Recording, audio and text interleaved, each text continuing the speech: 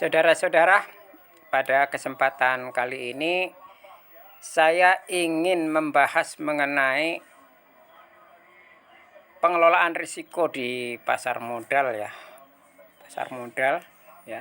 Jadi investasi di pasar modal itu penuh risiko ya. Jadi kalau di Indonesia itu tidak bisa berpatokan kepada berita ataupun sentimen positif. Karena apa? Karena berita itu keluar setelah harga naik.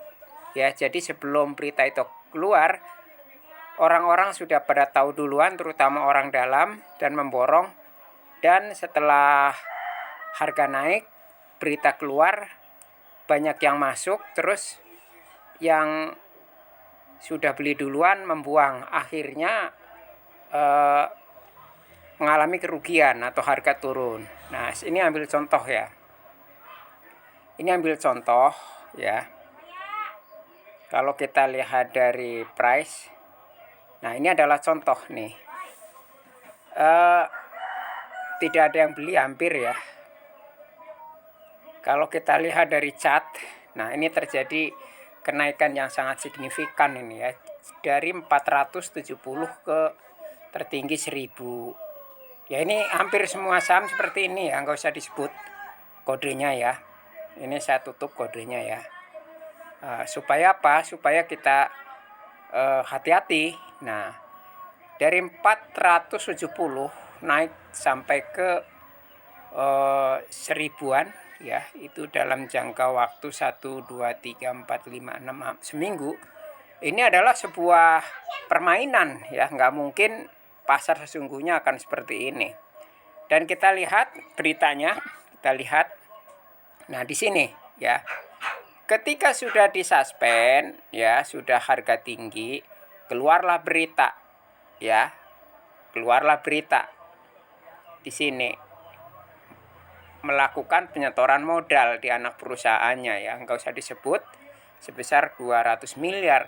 Nah, ini orang awam ini terkecoh beli. Nah, setelah beli ya, kita lihat chartnya, ternyata turun tuh ya. Ini kalau kita lihat ya, keluar berita itu, kita lihat dari kronologisnya. Ini keluar berita ini tanggal berapa nih? Keluar berita ya. Keluar berita itu tanggal 6 bulan 9. Tanggal 6 bulan 9. Mulai naik ya. Mulai naik itu dari bulan Agustus, sebulan sebelumnya. Ya, kita lihat ya. Ini setelah di sini berita keluar, ini turun. Nah, turun ya. Seperti itu ya, dan ini turun. Jadi sebelum berita keluar itu sudah dikerek duluan. Jadi jangan melihat berita ya. Jadi jangan melihat berita. Lalu apa yang menjadi patokan? Ya, yang menjadi patokan, kita lihat kasus ini misalnya ya. Kita lihat dari sini, kalau lihat dari chartnya, kita lihat di sini kan tidur nih. Saham ini tidur. Harga tidak pernah bangun. Nah, kita lihat sebelumnya memang kita lihat dari aktivitasnya. Ini mulai rame ini. Ya, di sini mulai rame. Nah, jadi kalau 3 kali ini sudah terlambat. Jadi di sini kalau mau ya, di mulai rame ya. Jadi ini tidur. Tidur ini kan tanggal 27 ke 28 ini naik 24%. Nah, di sini. Nah, di sini nih. Jadi kalau mau ya, di sini kan belum, di sini ya. Jadi kalau sudah disuspend itu buru-buru keluar. Buru-buru keluar kalau sudah ada bar merah. Nah, ini di sini. Di sini nih ya. Ini juga mengecoh ya, ini di sini kan sudah rendah nih. Orang buyback. Nah, tapi di sini kan buybacknya ini sudah tinggi juga kalau lihat itu dari kenaikan ini ya. Dari kenaikan ini segini proyeksinya 50% biasanya ya. Jadi kalau mau beli ini di 600-an ya.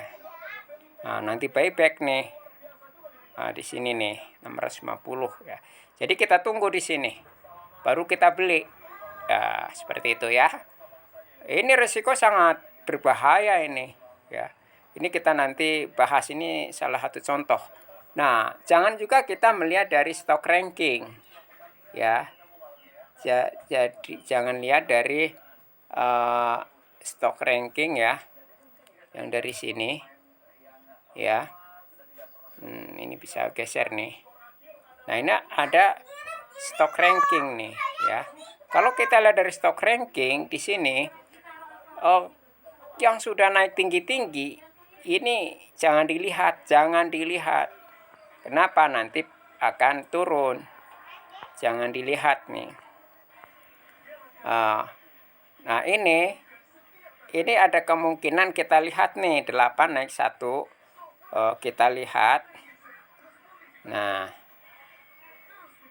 ini yang belinya sedikit nih, nggak ada. Ini akan kemungkinan naik. Kita lihat chartnya tuh ya. Ini chartnya kan sudah dari 10 turun ke 8, kemungkinan naik ya. Ini memang dari 2 perak nih. Yang beli 2 perak itu tentunya sudah untung ya. Ini gila, ini saham bisa 2 perak ya. Saya nggak tahu kalau kita lihat secara monthly tuh, saham dari 1000 bisa turun ke 2 perak nih. Mikir nggak nih ya? Mikir nggak nih ya? Dari harga 1000 ke 2 perak. Ini saham apa ini? Jadi bursa seperti ini nih betul-betul merugikan ya. Ini kalau kita lihat dari harga 1000-an ke 2 perak nih ya. Ini kita beli sekarang, nggak usah mikir. Ini orang nggak mikir yang jual nih, yang beli juga di 1000 nggak mikir ya. Jadi saya bukannya tidak melihat finansialnya, tidak, tapi kalau lihat dari sini ini memang total sales sama ini balance ya. Jadi masih ada gross profit, masih ada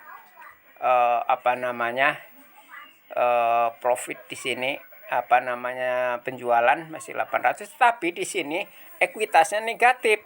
Nah, ini orang ekuitas negatif ya, itu kan mengindikasikan perusahaan ini sudah hampir bangkrut ini ya, ketanggung-tanggung nih. Minusnya itu 4 triliun ya. Dari total aset, liability-nya itu 4 triliun. Nah, liability-nya itu mana? Ini nggak transparan ini. Kadang-kadang ini akal-akalan saja. Utangnya ke perusahaan grup-grup dia juga. Tapi yang penting patokan kita masih banyak penjualannya. Kita lihat di newsnya nih. Nah, jadi di sini